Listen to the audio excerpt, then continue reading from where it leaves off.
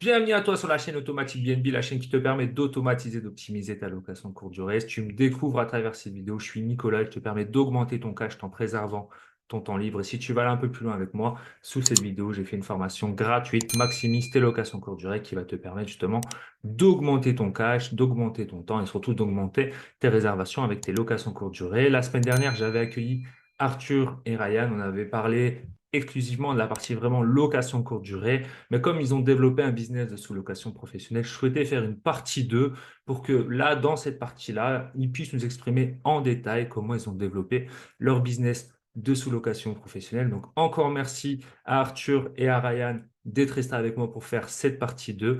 Et donc là, je ne vais pas vous demander de vous réintroduire parce que ceux qui ne vous connaissent pas, ils vont aller sur la vidéo de la semaine dernière. Mais je souhaitais là vraiment qu'on puisse rentrer dans le vif du sujet. Donc, est-ce que vous pouvez nous expliquer justement comment vous avez fait pour pouvoir trouver si rapidement trois locations courte durée, enfin en tout cas trois sous-locations, parce que si j'ai bien compris, vous avez donc créé votre société là au mois de janvier 2022, vous êtes vraiment mis en mode prospection à partir de mars-avril, et depuis ce temps-là, vous avez aussi à trouver trois sous-locations. Donc, vous pouvez nous expliquer comment vous faites pour convaincre des propriétaires, parce que souvent ça, c'est aussi le nerf de la guerre dans la sous-location professionnelle. Alors, en fait, déjà, de par notre organisation, notamment sur les process, on a créé énormément d'outils en amont. Ça nous a forcément un petit peu aidé le fait qu'on ait fait des formations de développement commercial tous les deux, déjà initialement, et qu'on l'utilisait beaucoup dans nos jobs. Donc, en fait, il faut se munir de pas mal d'outils, notamment sur tout ce qui est le suivi client, tout ce qui est l'argumentaire, poser des bonnes questions, des questions ouvertes, etc. Donc, tout ça, c'était travaillé en amont pour que finalement on soit prêt et rodé au moment où on va démarrer les coups de fil voilà, de prospection. Et ensuite, il faut être à l'aise avec son discours. Il faut être Donc là, honnête. vous avez créé en fait une sorte de script, en fait. Ouais, on s'est créé. Alors, on a créé donc effectivement un script, on a créé un argumentaire. Enfin, on connaissait les arguments, tu vois, mais on les a vraiment, on se les a appropriés. D'ailleurs, c'est vraiment ce qu'on conseille. Tu vois, si demain on devait sortir une formation sur comment convaincre les propriétaires, ce qui va se passer, mais en tout cas, ce qu'on conseillerait en premier lieu, et ça c'est super important, c'est de s'approprier les arguments parce qu'en fait, un argument, finalement, sorti de son contexte, certes, ça a quand même un poids, mais il faut savoir aussi à qui le dire. Il faut savoir, enfin, il faut connaître aussi la cible qu'on a en face, le propriétaire qu'on a en face. Et il y en a qui vont être beaucoup plus sensibles à l'argument, par exemple, sur l'entretien des logements. Et pourquoi il serait plus sensible à ça? Tout simplement, peut-être que dans son historique, il a eu un locataire qui lui a dégradé un bien. Ou alors il a le cousin de son oncle qui a vu son logement complètement défoncé par des gens. Et comment tu fais pour connaître cet historique? Il faut poser des questions. Et donc, c'est pour ça, quand Arthur disait poser des questions ouvertes, c'est vraiment aller chercher, on va dire, les leviers qui vont permettre derrière de placer les bons arguments au bon moment. Et après, au-delà de ça, ouais, il n'y a pas le choix. Il faut prospecter, il faut prospecter, il faut C'est ça. prospecter, il faut s'entraîner. Nous, ce qu'on conseille, alors on avait la chance d'être deux dans le business, donc nous, clairement, Arthur partait dans une autre pièce et moi, je restais là et on faisait semblant de se parler. Et derrière, on avait aussi un outil très important, c'est le traitement des objections. Donc, on savait appuyer là où ça faisait mal et pour pouvoir, on va dire, entraîner l'autre à bien prospecter. Ouais, Ouais, tu allais en dire un fait, je truc. rebondis là-dessus. Euh, à chaque fois qu'on s'entraînait sur les prospections, au début, on appelait beaucoup d'appartements, même des logements qui finalement nous intéressaient pas forcément. L'idée, c'est de s'entraîner et de pouvoir récupérer un maximum d'objections de la part des propriétaires, donc des questions qu'ils pourraient nous poser. Et en fait, nous, en fonction des questions qu'on recevait et si elles étaient pertinentes, on les notait, on en a fait une sorte de référentiel et on Mm. notait des phrases types de réponse, de traitement de ces objections-là. Et ensuite, on s'entraînait avec Ryan pour pouvoir y répondre et pour pouvoir être à l'aise finalement à chaque type de situation qu'on puisse pallier à cette objection-là le plus rapidement possible. Et comment vous faites justement cette prospection? Vous allez sur le Bon Coin, vous allez sur des... Est-ce que vous allez sur d'autres plateformes? Comment vous gérez ça? Et surtout, est-ce que tout ce que vous dites là, c'est-à-dire les objections pour les lever, pour convaincre le propriétaire, est-ce que vous faites ça uniquement par téléphone ou est-ce que c'est une grosse partie que vous faites quand vous êtes lors de la visite? Vas-y, je t'en prie. Ok, alors pour répondre à la première question, nous on utilise enfin même pas majoritaire, on n'utilise que le Bon Coin. D'ailleurs, c'est la même logique que ce qu'on disait dans la première interview sur Airbnb, parce qu'on pense que 80% de nos prospects, 80% des propriétaires vont poster OK, peut-être sur Se Loger, PAP, etc. Mais ils auront forcément aussi posté sur Le Bon Coin parce que c'est le plus connu, etc. Donc nous, notre objectif, et comme tu le dis, c'est maximiser ta renta tout en optimisant ton temps. Enfin, je ne sais plus exactement, excuse-moi, ce que tu disais au début, mais la logique, c'est d'être focus et de pouvoir concentrer ses efforts là où tu pourras maximiser tes résultats. Donc le Bon Coin, uniquement le Bon Coin.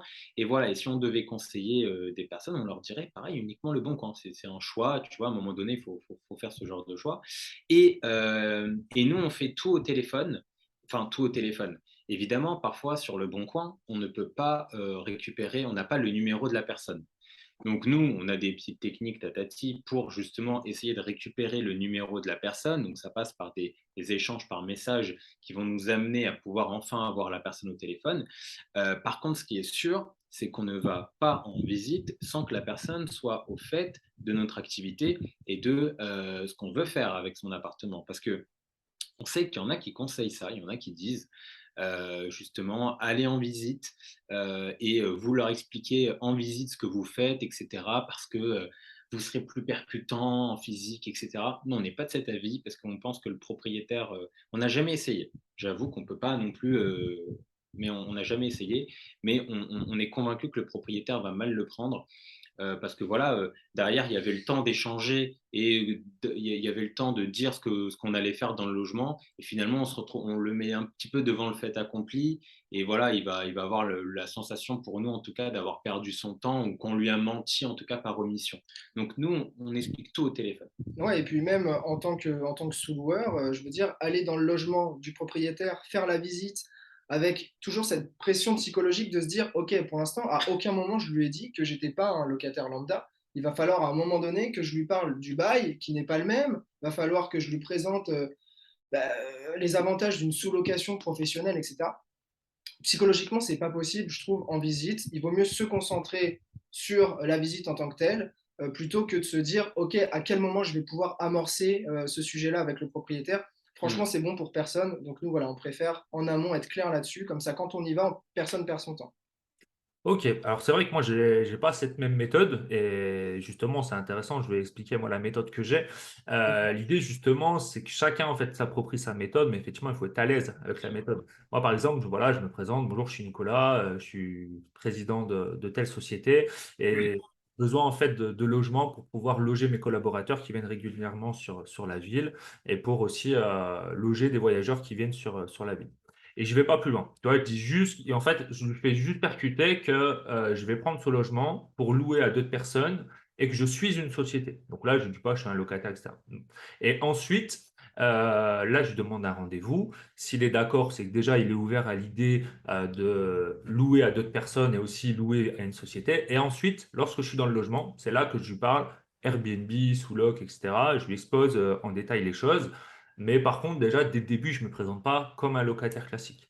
Je commence à lui donner quelques éléments, qui comprennent que je suis une société, qui comprennent que ce ne sera pas pour moi, mais pour le louer à quelqu'un d'autre. Comme ça, parce qu'en fait, ça c'est quand même les deux gros trucs, hein. C'est est-ce que je veux louer à une société?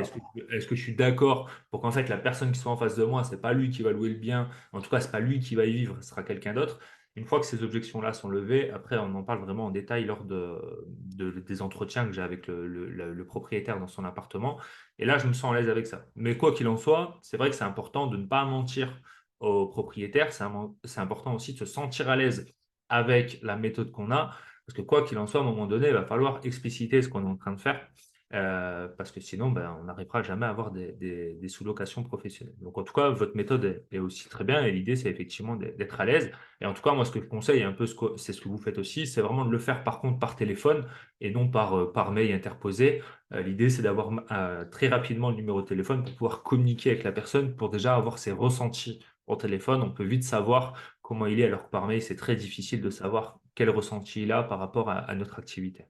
C'est Après, ça. après, on sait qu'il y en a qui ont des résultats, des bons résultats par mail ou par message, hein, mais voilà, c'est comme tu l'as dit, c'est chacun sa méthode, chacun sa méthode avec laquelle il se sent à l'aise et c'est super important d'être à l'aise. Et en tout cas, juste pour rebondir sur ce que tu disais, ouais, l'important, c'est de ne pas arriver en visite sans qu'il ait compris justement, comme tu le disais, les points importants, c'est location à une société et enfin, on est une société et on loue le logement, donc il ne va pas louer un locataire particulier. Et déjà lui mettre en tête que le logement va être reloué, sous-loué, on peut employer le mot qu'on veut pour masquer sous-location, mais que voilà, c'est pas, on ne va pas habiter, nous, en tant que société, dans le logement. C'est vraiment les deux points importants. Et puis ce que vous avez fait aussi, moi j'ai fait exactement la même chose, c'est-à-dire moi j'ai un tableau où en fait les objections récurrentes des propriétaires, je les ai notées et en face j'ai mon argumentaire et un exemple pour lui expliquer, pour lever tout simplement cette objection. Et effectivement, ça va sur la dégradation, sur la légalité de l'activité, sur la garantie que je vais bien lui payer son loyer, etc., etc. Parce que c'est toujours les mêmes objections qui reviennent et l'idée c'est de pouvoir répondre assez rapidement à ces objections et d'être à l'aise avec ça.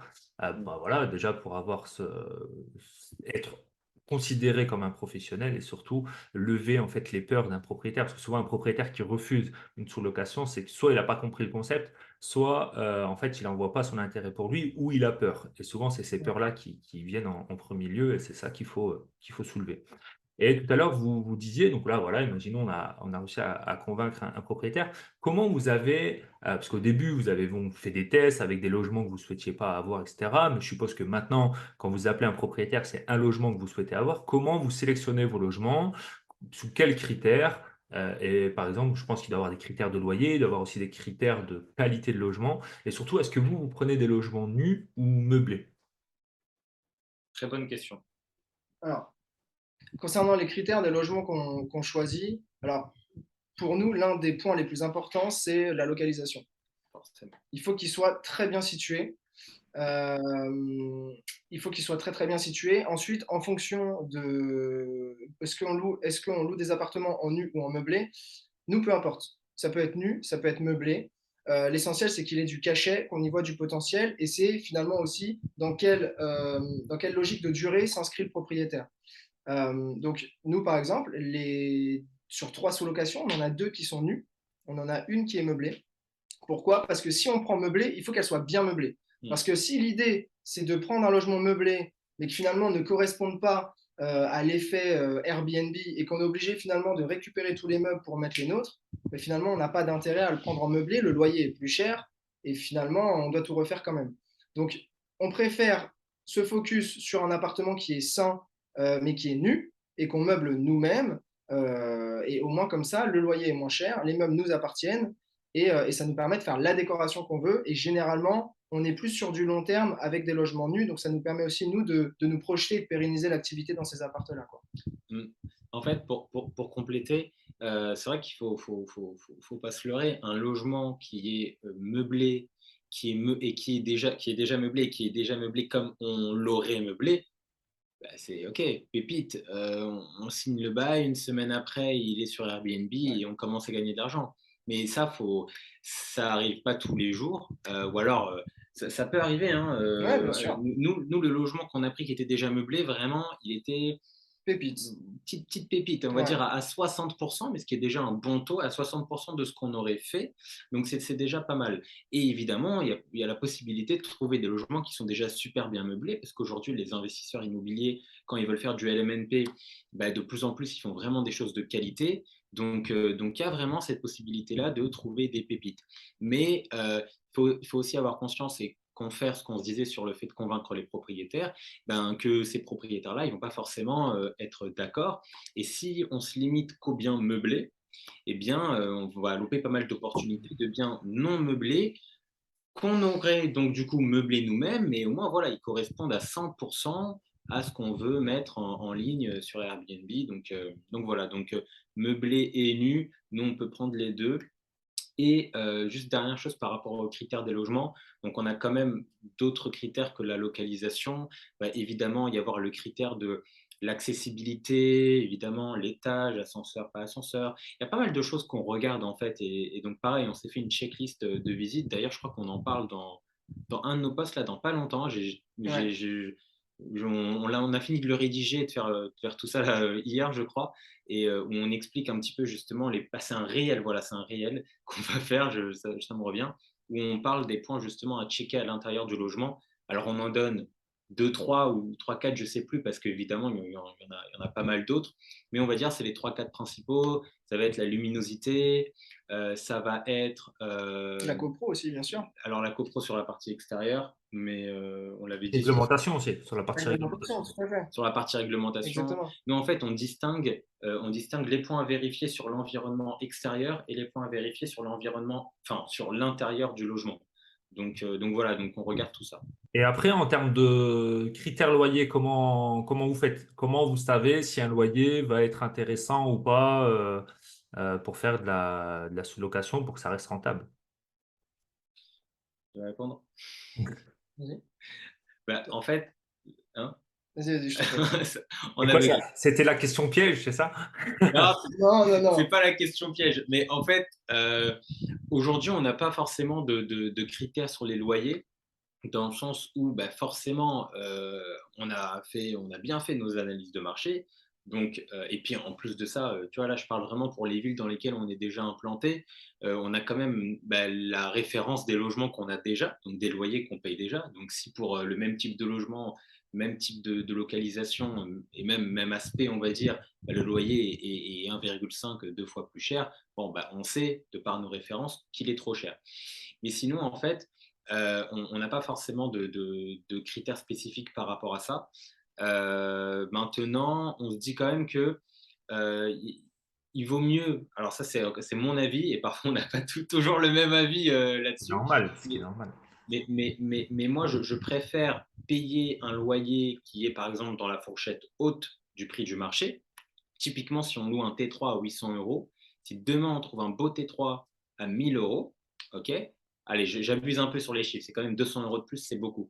Mais si demain on trouve un très beau T3 à 1000 euros, ben moi je serais prêt à considérer l'opportunité parce que je sais qu'avec ce très beau T3, ben, je vais pouvoir faire du business et que moi ce logement-là, c'est pas entre guillemets un passif. Alors j'emploie ce mot-là un peu vulgairement, mais dans le sens où c'est pas juste de l'argent qui va sortir. Je prends pas ce logement pas par plaisir, tu vois. Je le prends derrière pour faire du business et donc je sais que je vais gagner de l'argent avec ça.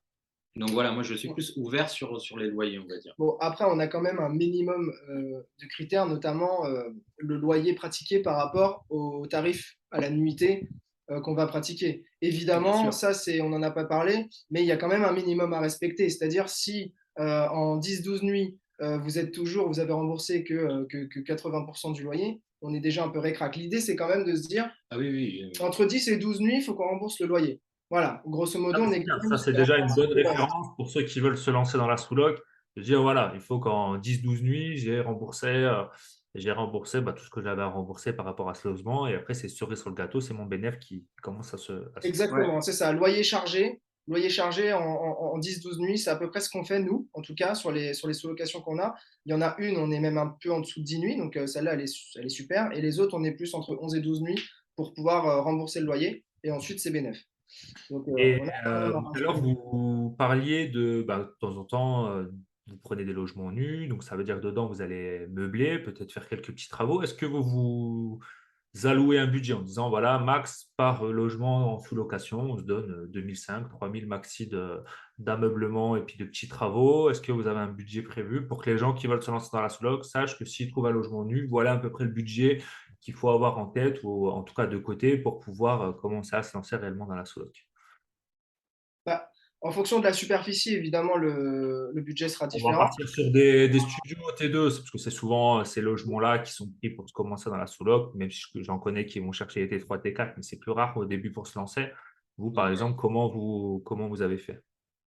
D'accord. Alors, nous, déjà, juste pour rebondir sur ça, nous, on n'est que sur les T3, pour l'instant, en tout cas, en sous-location. Enfin, on a, en fait, Sous-location. ouais, on a fait cette phase, comme tu le disais, et c'est pour ça que je dis à la communauté automatique BNB, effectivement, en studio T2, pour commencer, ça peut être intéressant pour se faire la main. Nous, nos deux premiers logements, qui sont nos invests, sont des T2. Donc, on s'est fait la main avant la sous-location, mais plus globalement sur la location courte durée, on s'est fait la main avec deux T2, effectivement, et Ouais, maintenant, on est on sur est les passé au T3. T3. Voilà. parce que ça correspondait à notre marché. C'est un marché de niche. On a fait notre étude de marché et on savait que les T3 étaient intéressants. On ne dit pas que c'est forcément ce type de logement qu'il faut faire. Mais en tout cas, nous, ça nous correspondait bien. Et pour répondre à ta question, bah, sur des studios, des T2, je pense qu'il faut partir sur à minima 2005, 3000, 3005 même sur des beaux T2 où on veut faire une décoration un peu soignée. Nous, sur nos T3, on est plus aux alentours de 4005, 5000. Mais où on meuble, on fait de la belle déco. On fait de la belle déco, où on veut créer l'effet coup de cœur Airbnb. Et donc pour ça, forcément, on met un petit peu plus. De toute manière, nous, on a des solutions pour pouvoir financer tout ça. C'est-à-dire que l'idée, c'est pas de lâcher 5000 euros, par exemple, d'un coup dès le premier mois, plus le mois de caution, plus, etc. Donc voilà, nous, on échelonne tout ça. Donc on fait exprès de favoriser des entreprises, des grandes enseignes qui nous permettent de payer en plusieurs fois sans frais. Et donc ça nous permet toujours de générer du cash flow tous les mois, même avec une mensualité de coûts d'ameublement. Donc, mais en tout cas, pour répondre à ta question, voilà. Et est-ce De, que vous arrivez à négocier, par exemple, des loyers avec vos propriétaires pour dire, bah voilà, moi, tant de l'ameublement, il me faut 2, 3 semaines, donc je mets tout en place. Est-ce que vous négociez un premier mois de loyer? Est-ce que vous faites une négociation ou le premier mois, voilà, c'est à fond perdu, vous le savez, c'est comptabilisé dans votre projet? Bah, je réponds. Vas-y. En fait, ce qu'on a fait jusqu'à présent, je vais t'expliquer ce qu'on a fait jusqu'à présent et ce qu'on va faire par la suite. Jusqu'à présent, la seule chose qu'on a négociée dans nos sous-locs, c'était pour nos dernières sous-locs, où en fait, on a fait financer, parce qu'il y avait pas mal de rafraîchissements. Et je précise qu'on a accepté de prendre cette sous-location parce qu'elle était très très bien placée et qu'en plus les propriétaires nous ont vraiment expliqué leur projet de vie et on savait que le logement, on allait l'avoir pour au moins 4 5 ans. Donc voilà. Mais il nécessitait peinture sur les murs, tu vois, du rafraîchissement, revêtement de sol, rafraîchissement de la cuisine, rafraîchissement de la salle de bain, etc. Et donc évidemment, ça c'est toutes ces choses qu'on ne va pas pouvoir récupérer plus tard si un jour on quitte cette sous-location, cet appart. Et donc ça a été financé par le propriétaire. Donc le propriétaire nous a tout simplement alloué 2000 euros. Donc concrètement, il nous a viré, fait un virement de 2000 euros sur le compte de notre société pour justement qu'on puisse acheter et financer et faire tout ça. Donc ça, c'est ce qu'on a fait jusqu'à présent. Faut aussi se dire que c'est ce qu'on a fait jusqu'à présent parce que au départ, tu n'as peut-être pas le choix. Enfin, c'est compliqué déjà de ne pas être à l'aise pour convaincre les propriétaires et en plus se dire déjà je dois le convaincre sur le concept et en plus je dois le convaincre que je ne vais pas lui payer le premier mois tout de suite, etc. Donc j'aimerais quand même dire au départ, voilà, il ne faut pas forcément chercher à négocier tout au départ. Parfois, il faut juste être OK pour mettre le pied à l'étrier, même si tu le mets un peu mal, un peu bancal, mais au moins tu l'as mis. Derrière, par contre, tu vas pouvoir accélérer. Voilà. Et donc, ce qu'on va faire maintenant par la suite, et c'est d'ailleurs un sujet chaud, puisque ça va en septembre, là, on prend une 6e sous-location, de même propriétaire. Donc, c'est un logement qu'on a déjà dans une des villes. Ils ont fait un deuxième invest. Ils veulent nous confier notre deuxième invest. D'ailleurs, on pourra peut-être parler de ce point-là après, de à quel point c'est puissant quand tu as déjà quelques apparts que tu peux en récupérer plus vite après. Mais ce qu'on va négocier là, ça va être effectivement le non-paiement du deuxième mois de caution, puisque c'est un logement qui va être meublé. Et ça va être le fait de payer le loyer qu'à partir du moment où on a mis en exploitation le logement.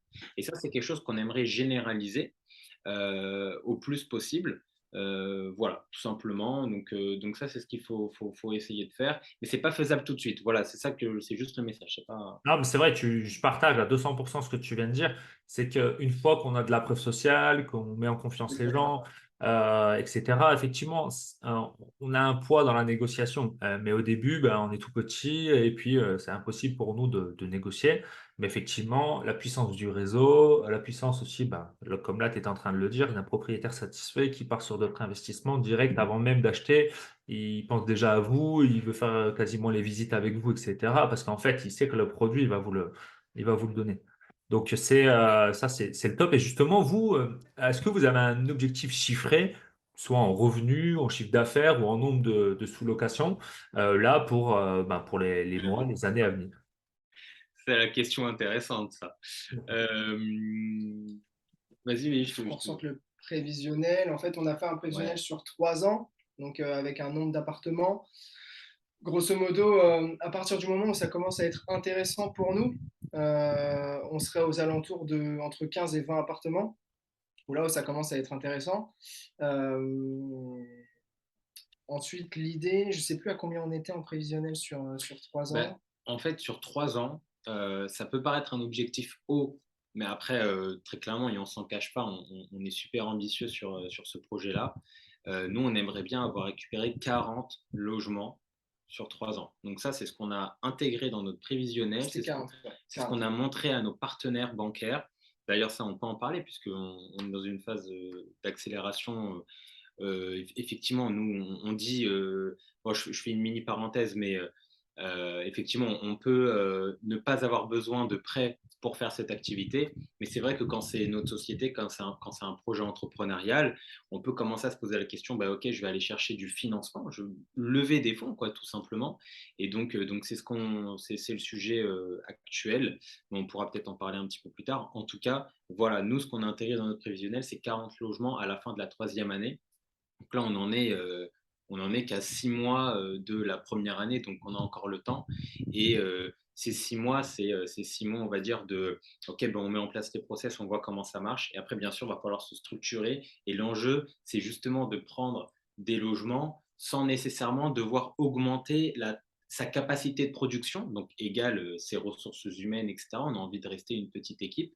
Mais voilà, l'important, en fait, c'est aussi d'être à l'aise parce que là, on dit 40, ça peut paraître énorme pour les gens qui regardent et qui peuvent se dire waouh, ah ouais, moi 40, voilà, mais pas besoin d'en avoir 40 pour pouvoir en vivre et pour pouvoir être à l'aise dans sa vie, pour pouvoir remplacer son job si tu veux remplacer ton job, pour pouvoir faire un complément de revenu, etc. Donc, nous, c'est un choix, c'est un projet entrepreneurial et puis il faut oublier qu'on est deux. Donc, Exactement. on a deux bouches à nourrir, quoi, en quelque Il y sorte. a des trains de vie à Ça veut gérer. dire aussi que vous pouvez décupler vos efforts. Et puis en plus, Ça, c'est location, exactement. comme dans tout business, quand ça fonctionne, après, c'est une courbe exponentielle. C'est-à-dire qu'au début, on rame et tout, et puis d'un coup, ça décolle. Et puis, pour avoir échangé avec vous avant cette interview en off, vous, l'idée, si j'ai bien compris, après ces 3 ans, c'est de commencer à faire de l'arbitrage sur vos logements, c'est-à-dire de garder uniquement les plus rentables et de vous séparer des moins rentables, c'est ça? Tout à Ouais, c'est fait. ça, exactement. C'est l'idée, c'est pour nous concentrer vraiment sur les biens qui ont le plus de valeur ajoutée, à forte valeur ajoutée. Mais ensuite, l'idée derrière, c'est aussi de prendre du temps pour pouvoir se développer sur d'autres villes. Puisque là, on est sur 2 villes. Après, au bout de l'année 3, l'idée, c'est quand même de s'étendre dans la mesure du Sûrement avant, oui. possible, sûrement avant, exactement. Donc voilà, il y a aussi cette idée-là sur l'année 3, c'est de pouvoir étendre l'activité. C'est pour ça que là, on avait ralenti notre phase de prospection là depuis 2 mois à peu près parce que l'idée, c'était déjà, comme le disait Ryan, de bien backup ce qu'on avait en place dans les villes pour être sûr que, OK, quand on va reprendre la prospection, tout est en ordre, tout est carré, la gestion va pouvoir rouler derrière. Et là, aujourd'hui, je pense qu'on peut le dire, on est prêt à reprendre la phase de prospection. Et donc là, c'est pour ça que dès août-septembre, fin août, début septembre, on récupère un appart, on en récupère un autre en novembre. Normalement, comme tu le disais tout à l'heure, d'un investisseur qui nous a appelé de la part d'un des propriétaires avec qui on travaille et qui veut investir dans la ville. Et du coup, il nous a fait visiter l'appartement en question bah, pendant sa propre visite, finalement, avant de signer l'offre d'achat, etc., pour qu'on puisse valider avec lui, qu'on lui donne nos recommandations et que derrière, on loue son logement. Donc, bref, après, ça nous permet d'aller plus vite parce qu'il n'y a pas que de la prospe téléphonique pure, il y a aussi tout le côté relationnel, le côté, bah, finalement, ça tombe un peu du ciel. Mais pour ça, il faut faire de la qualité, bien sûr. Donc voilà, on pense que c'est jouable. Bah, de toute façon, par la suite, je pense que vous ferez même plus de prospection. C'est-à-dire qu'après, ça va être du réseautage, c'est les gens qui vont vous contacter. C'est Vous l'idée. serez même vous obligé de refuser des choses. En tout cas, moi, c'est ce qui m'arrive. C'est que là, je fais même plus de prospection. C'est les gens qui me contactent. Et c'est moi qui est obligé de refuser à certains moments, soit parce que je suis pas en mesure actuellement de continuer à me développer, parce que je vais me concentrer sur mes propres logements, parce que là, je viens de passer sur une phase d'arbitrage ou soit parce que bah, le logement ne correspond pas à mes critères, mais effectivement, après, c'est du bouche à oreille, et ça, c'est le top du top. Et, C'est euh, clair. et tout à l'heure, justement, tu parlais d'une levée de fonds. Vous, c'est quoi votre objectif avec cette levée de fonds? Derrière, quel est votre objectif par rapport à ça? Parce que justement, on peut se lancer dans la sous-location sans faire du tout de levée de fonds. Et c'est tout l'avantage de la sous-loc, c'est qu'on peut le faire à un petit niveau, tranquillement, sans faire beaucoup d'investissement, sans être dans une très grande vision entrepreneuriale. Ou à l'inverse aussi, bah, comme vous êtes en train de le faire, et en plus vous êtes deux, donc vous pouvez décupler vos actions, bah, faire aussi des levées de fonds. Donc comment vous voyez les choses à ce sujet? Alors, En fait, nous, pour être totalement transparent, donc on est passé devant un comité, donc on est financé par la BPI et par notre banque conjointement. Et donc, on a pris 50 000 euros. Et donc, l'idée de cette somme-là, c'est de pouvoir l'utiliser pour l'ameublement. On les a pas encore. On les a pas encore. On Enfin, a... on en a une infime partie qui vient d'être C'est ça. débloquée et on débloque le reste en fait sur facture. Donc on espère hein, Donc, que ça... normalement, il n'y a pas de raison Normalement, il n'y a pas de que ça raison que fonctionne non. pas. Oui. On débloque sur facture. Et donc, l'idée, c'est d'anticiper en fait le stock d'ameublement. Parce que ce qui se passe, c'est quand on récupère un logement en nu, eh bien, finalement, on ne peut pas en récupérer un deuxième tout de suite parce qu'on serait à flux tendu finalement entre la somme qu'on vient de décaisser et ben, les premiers loyers, le premier chiffre qui rentre. Donc là, l'idée, c'est d'anticiper, d'avoir un espace de stockage où on standardise toute notre décoration, tout notre ameublement pour acheter en gros et que comme ça, on est capable de répondre à plus de demandes et d'accélérer finalement la récupération des apparts. Ok, très bien. Et dernière question. Vous parliez aussi de vous développer sur d'autres villes. Vous, comment vous sélectionnez ces villes? Est-ce que c'est par rapport à des villes que vous connaissez uniquement? Est-ce que c'est des villes qui sont à plusieurs heures de chez vous? Est-ce que vous avez des critères par rapport à ça? Sans dire spécialement les villes dans lesquelles vous voulez aller, mais comment vous sélectionnez vos villes? Alors, c'est une question super intéressante, notamment parce qu'en plus, on est en pleine réflexion là-dessus pour justement dans le cadre de notre développement. Euh, je vais te partager la réflexion actuelle à date. Donc, en fait, nous, c'est pas forcément des villes qu'on connaît. Donc, nous, vraiment, on mise sur une analyse de marché performante.